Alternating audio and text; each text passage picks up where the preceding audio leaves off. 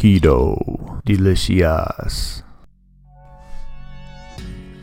Hola y bienvenidos. En esta oportunidad te enseñaremos a preparar pollo con salsa de queso. Para esto vamos a necesitar pechuga de pollo, la cual tenemos picada en trozos.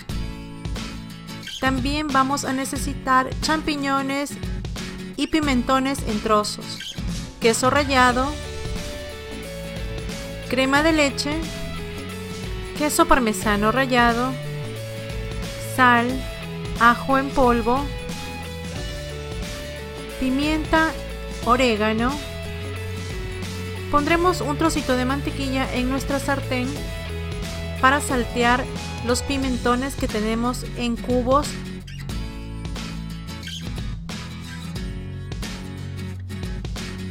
En otra sartén agregaremos un poco de aceite de oliva para cocinar nuestro pollo. Cuando está lista la mantequilla, agregamos los pimentones cortados en cubos. Salteamos.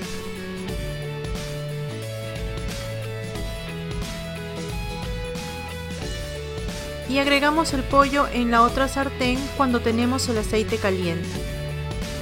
Adicionamos sal, pimienta y ajo.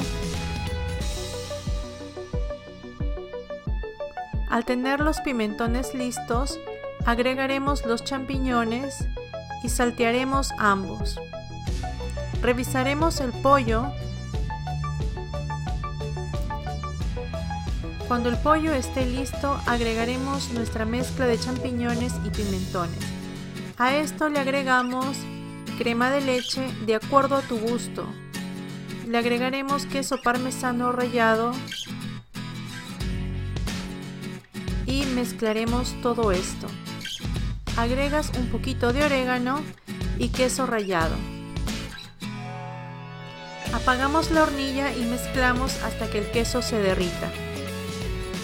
Lo servimos acompañado de palta y brócoli sancochado, como lo ves en esta foto. ¡Disfrútalo!